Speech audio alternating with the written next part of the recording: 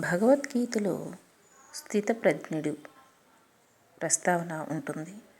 సుఖదుఖాలలో, లాభ నష్టాలలో, గెలుపు ఓటముల్లో సమానంగా ప్రవర్తించేవాడు స్థితప్రజ్ఞుడు.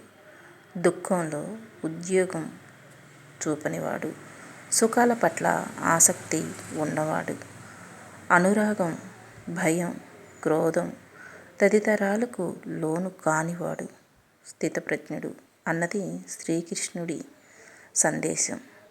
చెప్పినవి మంచి మాటలే, కానీ ఆచరించడం సాధ్యమా? తామరాకు మీద నీటిబొట్టులా అంటే అంటున్నట్టు జీవించగలమా? ఆలోచించాలి.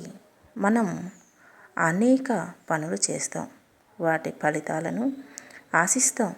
కానీ కర్మల కోసమే కర్మలు చేయాలి తప్ప కర్మ ఫలితాన్ని ఆశించి కాదు.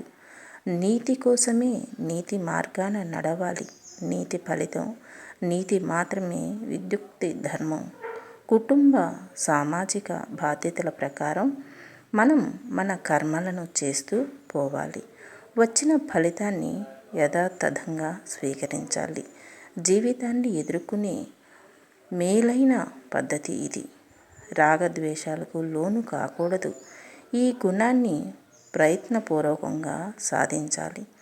ప్రతి మనిషి, ప్రతి పని, ప్రతి మాట, ప్రతి ఆలోచన ఈ జీవితాన్ని నుంచి ఏ క్షణమైనా నిష్క్రమించడానికి సిద్ధంగా ఉన్నామనే విషయాన్ని వ్యక్తం చేయాలి. దీనికి మనం అనుసరించదగిన మార్గం ఆశ పరిత్యాగం మాత్రమే. వ్యతిరేక ఫలితాల వల్ల వచ్చిన నిరాశను జయించాలంటే ఆశను త్యజించాలి. మనం శాశ్వతంగా ఈ భూమి మీద ఉండబోమని తెలిసి లేనిపోని వెర్రి భ్రమలతో దేనికోసమో అర్రులు చాస్తాం. భూమి మీద వారేరి సిరిమూట కట్టుకొని పోవం జాలిరే అని బలిచక్రవర్తి తనకన్నా ముందున్న మహామహులు కూడా భూమి మీద శాశ్వతంగా లేరని, సంపాదించిన డబ్బును తమతో పాటే పైలోకాలకు తీసుకువెళ్ళలేదని చెప్పాడు. మనిషి స్వతహాగా స్వార్థపరుడు. ఇతరుల కన్నా ఎక్కువ డబ్బు, గౌరవం సంపాదించుకోవటానికి, అధికారం చెలాయించటానికి పోటీ పడతాడు. ఇది శాంతికి మూలమవుతుంది. ఆ అశాంతిని అధిగమించాలంటే తనకు ప్రకృతి సిద్ధంగా లభించిన స్వేచ్ఛను, హక్కులను కొన్నిటిని వదులుకోవాలి. తనకు ఏ విధమైన స్వేచ్ఛ ఉండాలని కోరుకుంటాడో అంతే స్వేచ్ఛ ఇతరులకు కూడా ఉంటుందని గుర్తించాలి. ఇతరులు ఏది చేస్తే నీకు బాధ కలుగుతుందో అది ఇతరులకు నీవు చెయ్యకపోవటమే ధర్మమని భారతం చెబుతుంది. ఇతరులకు సాయం చేస్తే తనకు తాను సాయం చేసుకున్నట్టే. ఇతరులు ఆనందంగా ఉంటేనే మనం ఆనందంగా ఉండగలం. ఆత్మ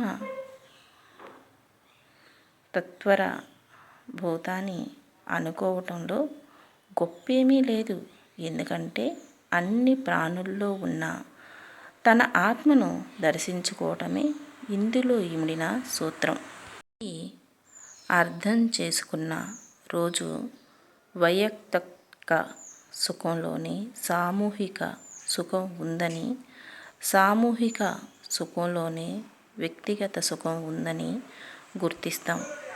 ఆ పరిమాణ క్రమంలో సంఘటనల కారణంగా జన్మించే రాగద్వేషాలు, సుఖదుఖాలు, జయాపజయాలు అన్నిటినీ ఉన్నదున్నట్లుగా స్వీకరించి ఆత్మత్వాన్ని పొంది మనిషి స్థిర ప్రజ్ఞుడవుతాడు. దివ్య మానవుడిగా మారతాడు. మనిషి మనిషిగా బ్రతకడానికి పురాణాలు, మన పెద్దలు ఎన్నెన్నో మంచి మాటలు, ఎన్నెన్నో మంచి పనులు మనకు మిగిల్చారు. కానీ ఇప్పుడున్న సమాజం మాత్రం ఎట్టకేలకు ఎదుటివారి మీద ద్వేషాలు, కోపాలు, అసూయ, ఈర్ష్యలు ఇదే జీవితం అనుకుంటూ తమ జీవితానికి ఏం కావాలో ఆలోచించటం మర్చిపోతున్నారు. ప్రతి మనిషి తప్పకుండా గుర్తుంచుకోవాల్సిన విషయం ఏంటంటే, మన కుటుంబానికి ఏం కావాలి, మనం దేశానికి ఏం మేలు చేయగలం, మనకు చేతనైతే నలుగురికి మేలు చేయగలమా లేదా అన్నది ఆలోచించుకోవాలి. మనల్ని నమ్ముకున్న వారికి అన్యాయం చేసి మనకి వారెవరో తెలియని వారికి సహాయం చేస్తే నువ్వు చేసిన సహాయం వ్యర్థమే అవుతుంది. కాదంటారా మిత్రమా? చెప్పండి.